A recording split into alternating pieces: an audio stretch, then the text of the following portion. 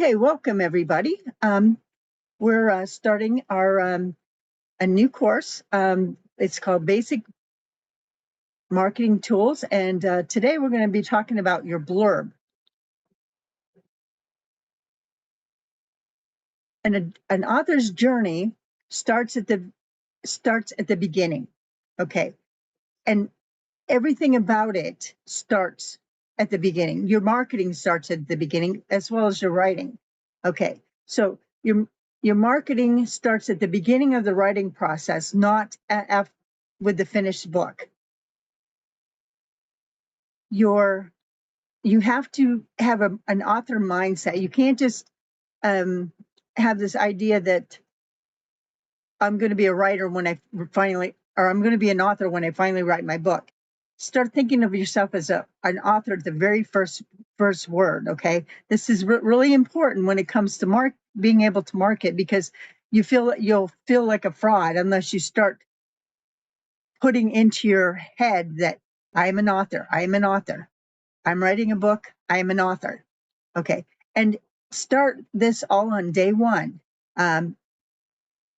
Start your marketing right on day one. You want to start building your marketing momentum from this early start. So we were talking about the blurb, but before you write your blurb, let's start with your elevator pitch. Okay, so what is an elevator pitch? Well, your elevator pitch is a compelling one-sentence summary of your story. It's kind of like one of those things, and you do it in such a way that your characters, or excuse me, when you're talking to somebody, you tell them what your story's about. Like if somebody asks you, what are you writing? You say, well, my story's about blah, blah, blah, blah, blah. Real quick, one sentence, don't go into a lot of detail. Nobody really wants to hear it. Just do it short and sweet. Okay, you need one to pique their interest and to open the door for more conversation. If they want more information, they'll ask for it. If they don't, just talk about your writing in some other way, or ask them a lot of questions. I think we've discussed this before. And you want to rehearse your elevator pitch. You want to make it so it seems natural. You wanted to be able to deliver it confidently and make it, and the idea of being an author. Okay, you want to sound like, I'm an author. This is the way I write books, and this is what my next book is all about. So, when do you start your book blurb? We were talking about book blurbs, like I said. I suggest drafting your book blurb before you even do your outline of your book, before you have any kind of idea of what you're going to write. Okay, basically just put down something about your book real quick. Have a way of drawing people in. We'll go more to the details of how to do this in a minute. But you want to start this early in your process, and it helps you verify your story's core. Don't worry if your story changes midstream. You can always you could always edit your blurb at any time. Okay, you can use your blurb as a North Star while writing your outline, kind of like, with nonfiction, you use a theme. Well, it's the same way with your book blurb with fiction. So when drafting a fiction blurb, you'll start with a hook, which is a punchy opening line that captures the tone and central irony that draws the readers in. Okay, it's basically the hook is the hook for the for them reading your blurb. Okay, it's what draws them in to read the blurb. Okay, your next part will be about your characters and your setting. You want to set up what their normal is and what they want. You want to hint at the enticing incident that occurs, the conflict. You want to force the protagonist into action, and then you want to have some kind of a stake. You know, what's the risk for the character, and that draws the reader to click the button that says buy now. You know, so we just did one for the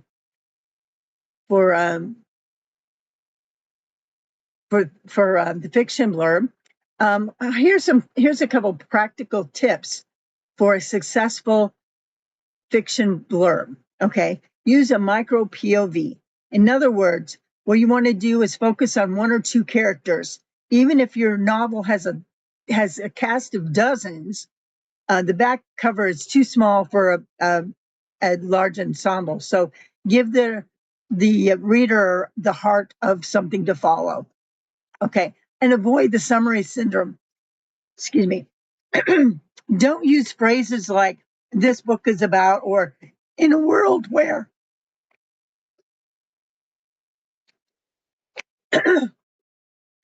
In a world where, instead, dive straight into the action. Use action verbs, struggles, defies, discovers, rather than the passive destruction, uh, passive descriptions. Um, you want active verbs, not passive. And okay, so you want to match your genre tone, okay, and your word choice should signal what the genre is immediately. For instance, historical fiction, you want to use evocative, atmospheric language. You want to make it sound like you're actually there in that time period. In a thriller, you want short staccato sentences that build tension, kind of like you would have in the actual book.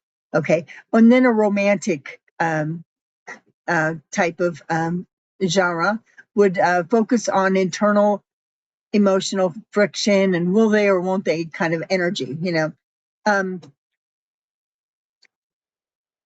One of the ways that you can see really how your blurbs work in your genre is to look at the work of best-selling authors within that same genre.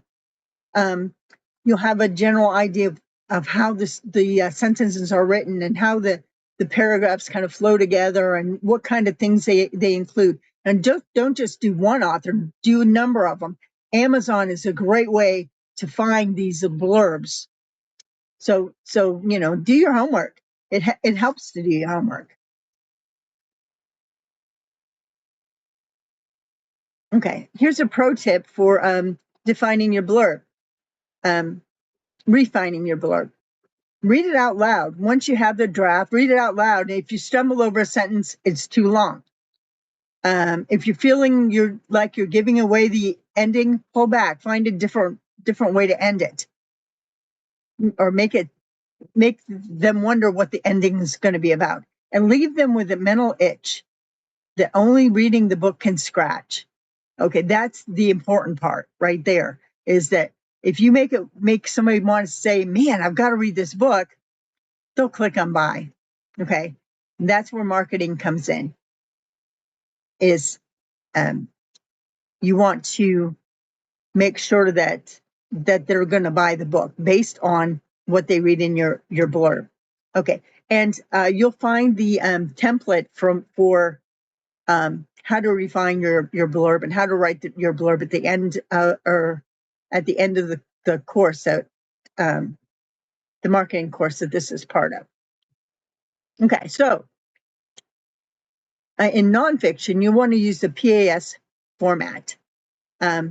This is one type of format that you want to use. It's a classical marketing structure that validates reader frustrations before offering a solution. It's best for self-help, business, and how-to books. It's very common to see these in a lot of the when you get an email, a lot of times they'll follow this kind of this format for nonfiction. There's the hook, there's the problem, there's aggravation, agitation, what it's cost, what this problem is costing you. The pivot where we have the solution based on this book. And then you include 3 or 4 about value bullet points with key benefits. And then you do a call to action. You want to have urgency.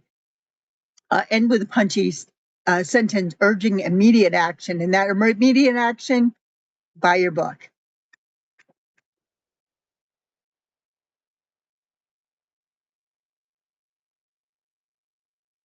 Okay, so another nonfiction narrative is the narrative journey format.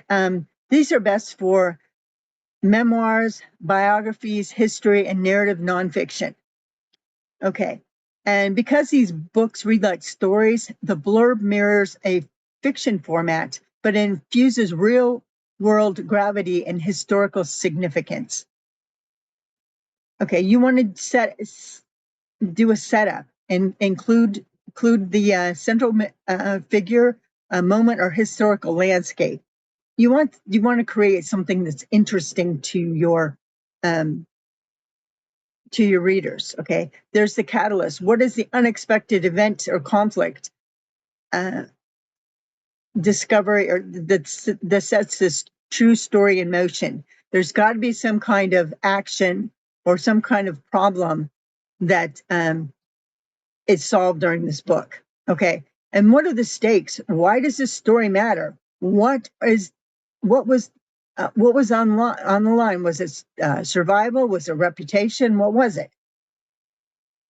Also, you want to show it in authority. In the closing note, you want to ground the story, the book's research or universal truth. Okay, and getting someone to read your book, something that they can relate to.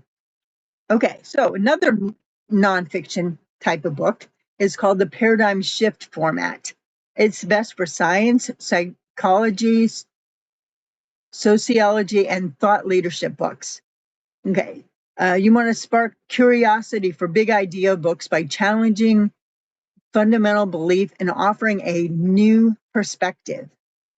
Okay, this is probably more for people with college degrees and whatnot. Experts in these scientific and pseudoscience type of things. You want to start with the status quo, state a widely accepted truth, and then you want to do a disruption, reverse it with a counterintuitive fact, and then you want to show proof of the disruption, why this isn't the way it is. And then you want to do a takeaway, explain how this shift impacts the reader's daily life.